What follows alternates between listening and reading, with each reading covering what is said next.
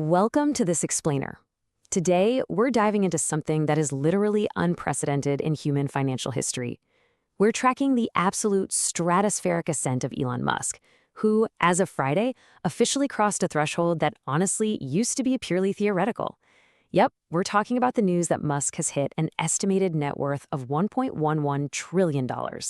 So let's dig into the numbers, the data, and the history to figure out exactly how we got here. That is $1,000 billion, a 1 followed by 12 zeros.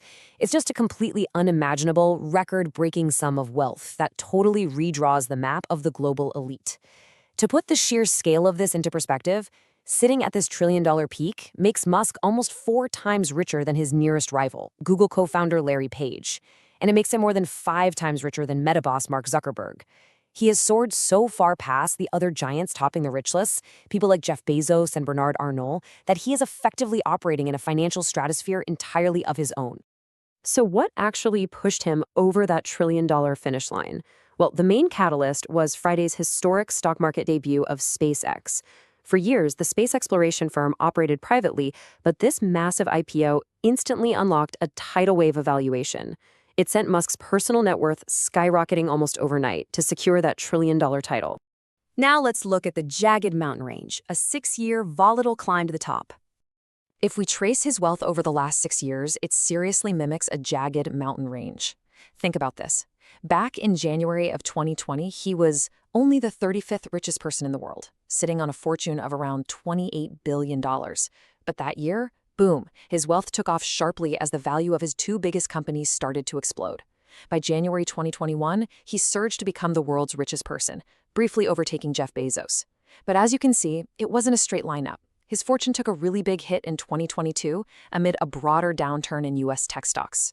Then it fell sharply again in early 2025, a drop driven by investor concerns and shifting political sentiment during his time in the Trump administration, which happened to coincide with a slump in Tesla's share price.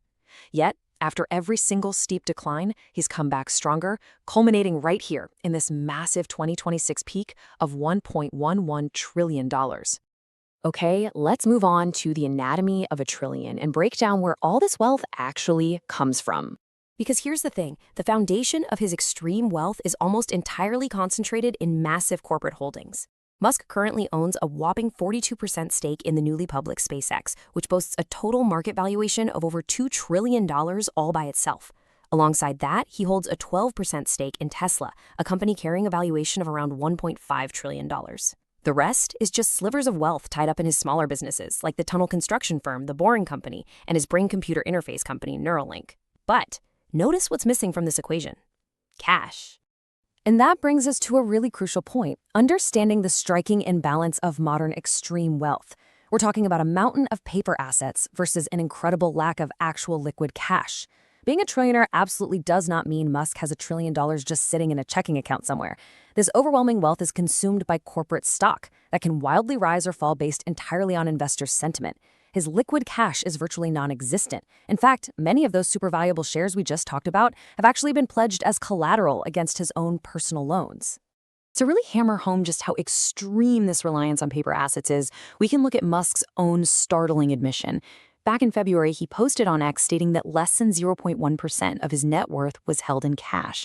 Now, even at $1 trillion, 0.1% is a tiny, tiny fraction relative to the headline number. It perfectly highlights how the world's richest individual lives in a reality of stock valuations and leveraged shares rather than liquid funds. So let's zoom out a bit and look at the tech monopoly and this massive shift in global wealth.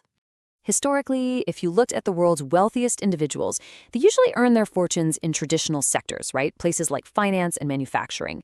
But today, the global rich list tells a completely different story. Back in 2015, only 2 of the world's top 10 richest people were from the tech world. Fast forward to today, 2026, and that number has exploded to 7. And it's not just 7 out of 10. Tech titans have completely monopolized the top spots, literally occupying the entire top 6. This expanding influence of the tech industry has fundamentally shifted where the world's wealth and economic power are concentrated. So, we've seen how Elon Musk navigated a incredibly volatile, jagged 6-year climb to become the first ever trillionaire, ultimately riding the rocket of a historic SpaceX IPO. But as we step back and look at the bigger picture, we're left with a really vital question. As paper assets in the tech sector completely reshape the global elite, leaving traditional industries behind, what does this striking imbalance between massive paper wealth and actual liquid cash mean for the future stability of our economy? It's definitely a fascinating reality to consider. Thanks for joining me for this explainer, and keep questioning the data.